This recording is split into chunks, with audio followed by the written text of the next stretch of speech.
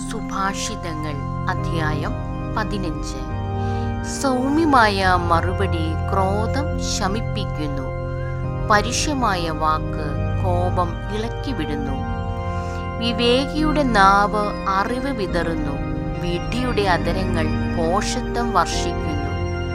കർത്താവിൻ്റെ ദൃഷ്ടികൾ എല്ലായിടത്തും പതിയുന്നു, ദുഷ്ടരെയും ശിഷ്ടരെയും അവിടുന്ന് ഉറ്റുനോക്കുന്നു. സൗമ്യന്റെ വാക്ക് ജീവന്റെ വൃക്ഷമാണ്, വികടമായ വാക്ക് മനസ്സ് പിളർക്കുന്നു. ഭോഷൻ തന്റെ പിതാവിന്റെ ഉപദേശം പുച്ഛിച്ചു തള്ളുന്നു, വിവേകി ശാസനം ആദരിക്കുന്നു. നീതിമാന്മാരുടെ ഭവനത്തിൽ ധാരാളം നിക്ഷേപങ്ങളുണ്ട്, ദുഷ്ടരുടെ ആദായം കുഴപ്പം സൃഷ്ടിക്കുന്നു. വിവേകികളുടെ അധരങ്ങൾ അറിവ് പരത്തുന്നു, ഭോഷന്മാരുടെ മനസ്സ് അങ്ങനെയല്ല. ദുഷ്ടരുടെ ബലി കർത്താവിന് വെറുപ്പാണ്, സത്യസന്ധരുടെ പ്രാർത്ഥന അവിടുത്തെ സന്തോഷിപ്പിക്കുന്നു. ദുഷ്ടരുടെ മാർഗം കർത്താവിന് വെറുപ്പാണ്, നീതിയിൽ ചരിക്കുന്നവരെ അവിടുന്ന് സ്നേഹിക്കുന്നു.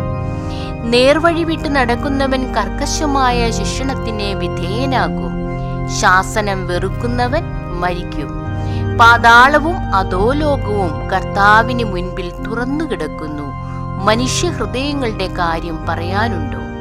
പരിഹാസകൻ ശാസനം ഇഷ്ടപ്പെടുന്നില്ല, അവൻ ജ്ഞാനികളെ സമീപിക്കുകയുമില്ല.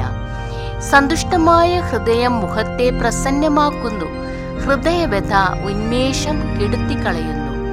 ബുദ്ധിമാന്റെ മനസ്സ് വിജ്ഞാനം തേടുന്നു, ഭോഷന്മാരുടെ വദനത്തിന് ആഹാരം ഭോഷത്വമാണ്. ദുഃഖിതരുടെ ദിനങ്ങൾ ക്ലേശഭൂയിഷ്ടമാണ്, സന്തുഷ്ടമായ ഹൃദയം നിരന്തരം വിരുന്ന് ആസ്വദിക്കുന്നു.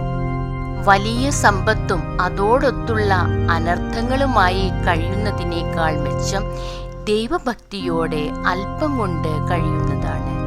സ്നേഹപൂർവ്വം വിളമ്പുന്ന സസ്യാഹാരമാണ് വെറുപ്പോടെ വിളമ്പുന്ന കാളയിറച്ചിയേക്കാൾ മെച്ചം. മുൻകോപി കലഹം ഇളക്കി വിടുന്നു, ക്ഷമാശീലൻ അത് ശമിപ്പിക്കുന്നു. അലസന്റെ മാർഗം മുൾപടർപ്പുകളാൽ ആവൃതമാണ്, സ്ഥിരോത്സാഹിയുടെ വഴി നിരപ്പായ രാജവീതിയത്രേ.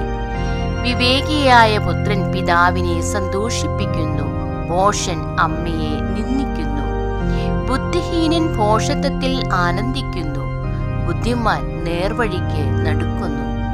സതുപദേശമില്ലെങ്കിൽ പദ്ധതികൾ പാളിപ്പോകും, വേണ്ടത്ര ഉപദേഷ്ടാക്കൾ ഉള്ളപ്പോൾ അവ വിജയിക്കുന്നു. ഉചിതമായ മറുപടി പറയുക ഒരുവന് ആഹ്ലാദകരമത്രേ, സന്ദർഭോചിതമായ വാക്ക് എത്ര നന്ന്. വിവേകിയുടെ വഴി മേലോട്ട് ജീവനിലേക്ക് നയിക്കുന്നു, താഴെയുള്ള പാതാളത്തെ വിട്ടകലുന്നു.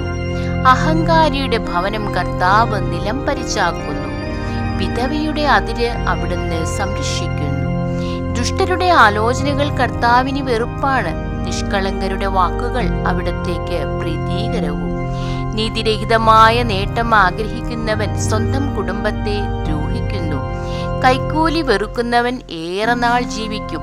നീതിമാന്മാർ ആലോചിച്ച് ഉത്തരം കൊടുക്കുന്നു, ദുഷ്ടരുടെ അധരങ്ങൾ ദുഷ്ടത വമിക്കുന്നു. കർത്താവ് ദുഷ്ടരിൽ നിന്ന് അകന്നിരിക്കുന്നു, നീതിമാന്മാരുടെ പ്രാർത്ഥന ചെവിക്കൊള്ളുന്നു. തിളങ്ങുന്ന കണ്ണ് ഹൃദയത്തെ സന്തോഷിപ്പിക്കുന്നു, സൽവാർത്ത ശരീരത്തെ ഉത്തേജിപ്പിക്കുന്നു.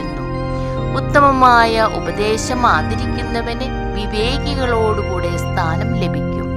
പ്രബോധനം അവഗണിക്കുന്നവൻ തന്നെത്തന്നെ ദ്രോഹിക്കുന്നു, ശാസനമനുസരിക്കുന്നവൻ അറിവ് നേടുന്നു.